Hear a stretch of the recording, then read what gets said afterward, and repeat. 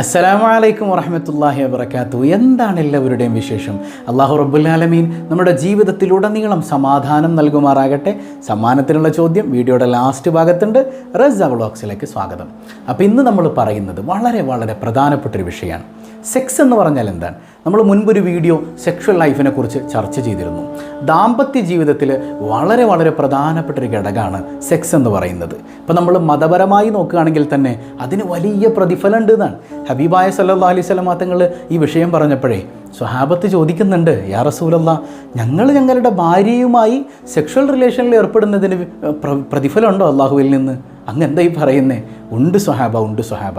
നിങ്ങളുടെ ലൈംഗിക ദാഹം ഹറാമായ ഒരു കാര്യത്തിൽ ചിലവഴിച്ചാൽ അള്ളാഹുവിൽ നിന്ന് ശിക്ഷയില്ലേ? ഉണ്ട് നബിയെ, ഉണ്ട്. വ്യഭിചരിച്ചാൽ ശിക്ഷയുണ്ട്, ഹറാമായത് ചെയ്താൽ ശിക്ഷയുണ്ട്. എന്നാൽ അത് ഹലാലായ വഴിയിൽ നിങ്ങൾ ചെയ്യുകയാണെങ്കിൽ നിങ്ങൾക്ക് പ്രതിഫലവുമുണ്ട് എന്ന് മുഹമ്മദുർ റസൂലുള്ളാഹി സ്വല്ലല്ലാഹു അലൈഹി വസല്ലം. അപ്പോൾ നമ്മുടെ ഈ ദാമ്പത്യ ജീവിതത്തിൽ, കുടുംബ ജീവിതത്തിൽ സെക്സിന് വലിയ ഇമ്പോർട്ടൻസ് ഉണ്ട്. ഈ സെക്ഷൽ ലൈഫ് കൃത്യമായി കഴിഞ്ഞാൽ ഹറാമായ ചിന്തകളിൽ നിന്ന് രക്ഷപ്പെടാം. മതപരമായി നോക്കുകയാണെങ്കിൽ ഹറാമായ കാഴ്ചകളിൽ നിന്ന് രക്ഷപ്പെടാം.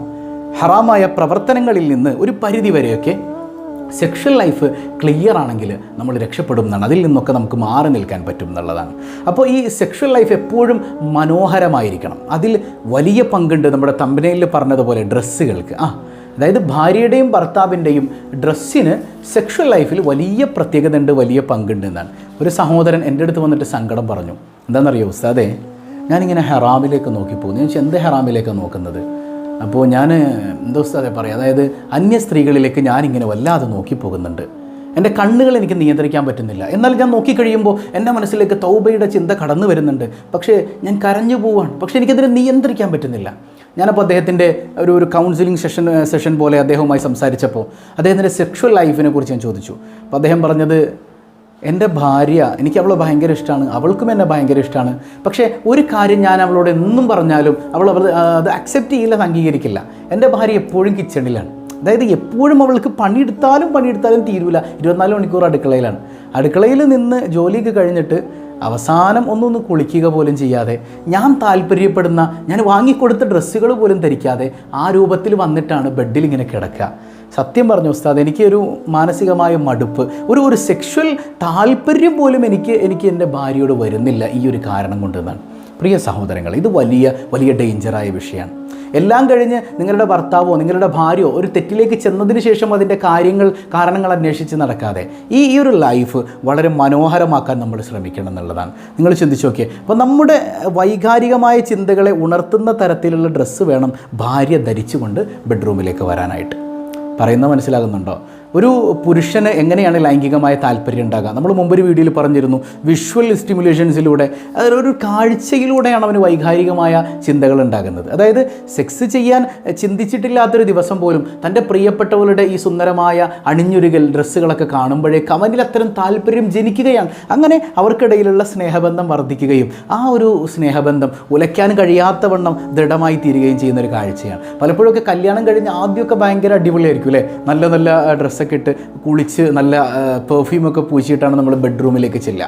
കല്യാണമൊക്കെ കഴിഞ്ഞ് കുറേ നാൾ കഴിയുമ്പോഴത്തേക്കും മക്കളൊക്കെ ആയി, പിന്നെ മക്കളൊക്കെ വലുതായി, പിന്നെ ഇതിനോടൊന്നും ഇൻട്രസ്റ്റ് ഇല്ലാതെയായി. എന്ന് പറഞ്ഞാൽ വല്ലപ്പോഴൊക്കെ സെക്സ് ഇങ്ങനെ നടക്കും എന്നല്ലാതെ ഈ ഒന്ന് കുളിച്ച് ബെഡ്റൂമിലേക്ക് വരിക, നല്ല വസ്ത്രം ധരിച്ച്, ഭർത്താവിന് ഇഷ്ടപ്പെടുന്ന തരത്തിലുള്ള വസ്ത്രം ധരിച്ച് ബെഡ്റൂമിലേക്ക് പോകാമെന്നൊക്കെ പറയണത് അതൊക്കെ പഴഞ്ചനായിപ്പോയി. അതൊന്നും ഒരു ശ്രദ്ധിക്കാത്ത ഒരു വിഷയമായിപ്പോയി. ഒരു സഹോദരി ഒരിക്കൽ കമൻറ്റ് ചെയ്തിരുന്നു, എൻ്റെ ഭർത്താവ് വിയർത്ത് കുളിച്ചിട്ടാണ് എവിടെ വന്ന് കിടക്കുക, ബെഡ്റൂമിൽ വന്ന് കിടക്കുക. പിന്നെ എങ്ങനെയാണ് സെക്ഷലായ ഒരു താല്പര്യം ഉണ്ടാകുക എന്നുള്ളതാണ്. ഈ പുരുഷന്മാർക്ക് ഇൻസ്റ്റൻ്റായിട്ട് പെട്ടെന്ന് ഒരു കാഴ്ചയിലൂടെ സെക്സ് ചിന്ത വരും. പക്ഷേ സ്ത്രീകൾക്ക് സൈക്കോളജിക്കലി അങ്ങനെയൊന്നും വരില്ല. അവർക്ക് സെക്ഷൽ തോട്ട് വരണമെങ്കിൽ ഒരുപാട് സമയമെടുക്കും. അതിന് പുരുഷന്മാർ മെനക്കെടണം. നമ്മൾ ഈ കുളിക്കാതെ വിയർത്ത് മുഷിഞ്ഞ് അകപ്പാടെ കൊള്ളില്ലാത്ത രൂപത്തിൽ അവരുടെ അടുക്കലേക്ക് ചെന്ന് കഴിഞ്ഞാൽ അവർക്ക് ആ താല്പര്യം വന്നുകൊള്ളണമെന്നില്ല. പിന്നീട് ആ ലൈഫിനെ വലിയ പ്രയാസമായത് ബാധിക്കും. അത് മറ്റൊരു വീഡിയോയിൽ നമ്മൾ പറയാം. അപ്പോൾ ഇതിലിപ്പോൾ സ്ത്രീകളുടെ വിഷയം വളരെ ഗൗരവത്തോടെ ചിന്തിക്കേണ്ട കാര്യമാണ്. ഇതിൽ ഭർത്താക്കന്മാരുടെ മുമ്പിൽ നിങ്ങൾ തനിച്ചാകുന്ന സമയത്ത് നിങ്ങൾക്ക് ഇഷ്ടമുള്ളതെല്ലാം ധരിക്കാം. ഈ നൈറ്റ് വിയേഴ്സൊക്കെ, രാത്രി ഇടേണ്ട ഡ്രസ്സുകളൊക്കെ ഭർത്താക്കന്മാർ പ്രത്യേകം ഭാര്യമാർക്ക് വാങ്ങിക്കൊടുക്കുക. നിങ്ങൾക്ക് ആസ്വദിക്കാനുള്ളതാണ് നിങ്ങളുടെ ഇണ.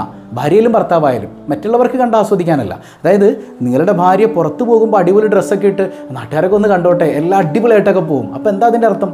നാട്ടുകാരൊക്കെ ഒന്ന് കണ്ടോട്ടെ എന്നാണ്. എന്നാൽ ഭർത്താവാണ്, തന്നെ കാണേണ്ടവൻ കാണേണ്ട രൂപത്തിൽ കാണേണ്ട സമയത്ത് അണിഞ്ഞൊരുക്കി നമ്മൾ ചെല്ലൂല. നമ്മളാകെ മുഷിഞ്ഞ കോലത്തിൽ ചെല്ലുകയാണെങ്കിൽ ഭർത്താവ് കാണണ്ട, നാട്ടുകാർ കണ്ടാൽ മതി എന്നൊരു ചിന്തയല്ലേ അവിടെ വരണത്. നമ്മുടെ മനസ്സിലില്ലെങ്കിൽ പോലും അതിൻ്റെ പ്രത്യക്ഷ ഭാവം അതല്ലേ. അപ്പോൾ ഒരിക്കലും അങ്ങനെ ഉണ്ടാകാൻ പാടില്ല. സെക്സ് എന്ന് പറഞ്ഞാൽ കേവലം യാന്ത്രികമായി നടക്കേണ്ട ഒരു എന്തൊക്കെയോ ഒരു കടത്ത് കഴിക്കലെന്ന രീതിയിൽ അങ്ങനെ നടന്നു പോകേണ്ട ഒരു സംവിധാനമല്ല അത്. ഈ സെക്ഷുവലായ കാര്യങ്ങൾ അത് ഒരു തരം ഫീലിംഗ് ആണ്, അതൊരു അനുഭൂതിയാണ്. അത് അനുഭവിക്കണമെങ്കിൽ, അത് ആസ്വദിക്കണമെങ്കിൽ വൃത്തി വളരെ ഇമ്പോർട്ടൻ്റ് ആണ്. നല്ല കാണുമ്പോഴേക്ക് സെക്ഷുവൽ ചിന്തയുണ്ടാകുന്ന തരത്തിലുള്ള വസ്ത്രം, ഇത് നല്ല നീയത്തിൽ നമ്മുടെ ഭർത്താവുമായിട്ട് നമ്മൾ സെക്ഷുവൽ റിലേഷന് പോവുകയാണ്. ഇനി സെക്സ് ഒന്നും ചെയ്യുന്നില്ലെങ്കിലും ഭർത്താവിൻ്റെ സന്ദോഷത്തിന് വേണ്ടി നമ്മൾ നല്ല ഡ്രസ്സ് ഇട്ട് പോവുകയാണ്. അവിടെയും അള്ളാഹുവിൻ്റെ പ്രതിഫലം നമുക്ക് ലഭിക്കൂലേ? ഉറപ്പല്ലേ. വലിയ വലിയ പ്രതിഫലങ്ങൾ, മാലാഖമാരുടെ സ്തുത്യർഹമായ പ്രാർത്ഥനകൾ നമുക്ക് വേണ്ടി ഉണ്ടാകും എന്നല്ലേ. പൊരുത്തത്തിൽ അങ്ങനെ പറ്റിക്കഴിഞ്ഞാൽ എത്രമേൽ സന്തോഷകരമായൊരു ജീവിതമായിരിക്കും. അപ്പോൾ ഈ സെക്ഷൽ ലൈഫിൽ ഡ്രസ്സിന് വലിയ ഇമ്പോർട്ടൻസ് ഉണ്ട്. സെക്ഷൽ ലൈഫ് നന്നായി കഴിഞ്ഞാൽ ഒരു പരിധിവരെ കുടുംബ പ്രശ്നങ്ങളൊക്കെ നിൽക്കും. ചില ആളുകൾ പറയും, ഉസ്താദെ കുടുംബം എന്ന് പറഞ്ഞാൽ മനസ്സിൻ്റെ സ്നേഹമാണ്, സെക്സിനൊന്നും ഇമ്പോർട്ടൻസ് ഇല്ല. ഒക്കെ വെറുതെയാണ്. മനസ്സിൻ്റെ സ്നേഹം എന്ന് പറഞ്ഞാൽ മനസ്സിന് സ്നേഹം ഉണ്ടാകണമെങ്കിൽ ഇത്തരം ചില കാര്യങ്ങളുണ്ട്. സെക്സ് ഉണ്ടെങ്കിലേ ഇതുണ്ടാവും എന്ന് ഞാൻ പറയുന്നില്ല. പക്ഷേ ഈ സെക്ഷൽ ലൈഫിന് അതിൻ്റെതായ ഇമ്പോർട്ടൻസ് ഉണ്ട്, അത് വേണം. ആ സെക്ഷൽ ലൈഫ് ക്ലിയർ ആയി കഴിഞ്ഞാൽ മനസ്സിൽ സ്നേഹം കൂടും. അതിൽ കുറേ കാര്യങ്ങളൊക്കെ ഉണ്ട്. കൃത്യമായ രീതിയിലുള്ള ഫോർ പ്ലേകൾ, കൃത്യമായി അവളെ ഒരാളുടെ സന്തോഷം മാത്രമല്ല, ഭർത്താവ് മാത്രം കാര്യം കഴിഞ്ഞ് എഴുന്നേറ്റ് പോകുന്ന അങ്ങനെയല്ല. അങ്ങനെ ഒരിക്കലും പാടില്ല എന്ന് പഠിപ്പിക്കുന്നുണ്ട് മുഹമ്മദ് റസൂലുള്ളാഹി സ്വല്ലല്ലാഹു അലൈഹി വസല്ലം. അവൾക്കും ഫീലിങ്സ് ഉണ്ട്, അവളെയും ഒരു കൃത്യമായ മൂർധന്യാവസ്ഥയിലേക്ക് എത്തിച്ച് രണ്ടു പേർക്കും സാറ്റിസ്ഫൈഡ് ആകുന്ന രീതിയിൽ സെക്ഷൽ റിലേഷൻ എത്തിക്കഴിഞ്ഞാൽ അവിടെ അള്ളാഹുവിൻ്റെ സംതൃപ്തിയുണ്ട്. നിങ്ങൾക്കിടയിൽ സ്നേഹം വർദ്ധിക്കാൻ, മാനസികമായ ഐക്യമുണ്ടാകാൻ ഇതൊക്കെ ഉപകരിക്കുന്ന കാര്യങ്ങളാണ്. അപ്പം നല്ല സെക്ഷൽ ലൈഫ് നമുക്ക് ഉണ്ടാകണം. അല്ലാഹു റബ്ബുൽ ആലമീൻ ഹൃദ്യമായൊരു ജീവിതം നൽകി നമ്മെ അനുഗ്രഹിക്കുമാറാകട്ടെ. അപ്പോൾ ഞാൻ പറഞ്ഞതുപോലെ ഈ സെക്ഷൽ ലൈഫിൽ ഡ്രസ്സ് വളരെ ഇമ്പോർട്ടൻസ് ഉള്ള കാര്യമാണ്. അപ്പോൾ ഇന്നത്തെ സമ്മാനത്തിനുള്ള ചോദ്യം എന്താണെന്നറിയോ? അള്ളാഹുവിൻ്റെ ഹബീബ് സല്ലല്ലാഹു അലൈഹി വസല്ലം തങ്ങളെ പ്രയാസപ്പെടുത്തിയതിൻ്റെ പേരിൽ 10ഓളം തവണ ഖുർആൻ ആക്ഷേപിച്ചൊരു മനുഷ്യൻ, എന്താണ് അയാളുടെ പേര്? കമൻറ്റ് ചെയ്യുക.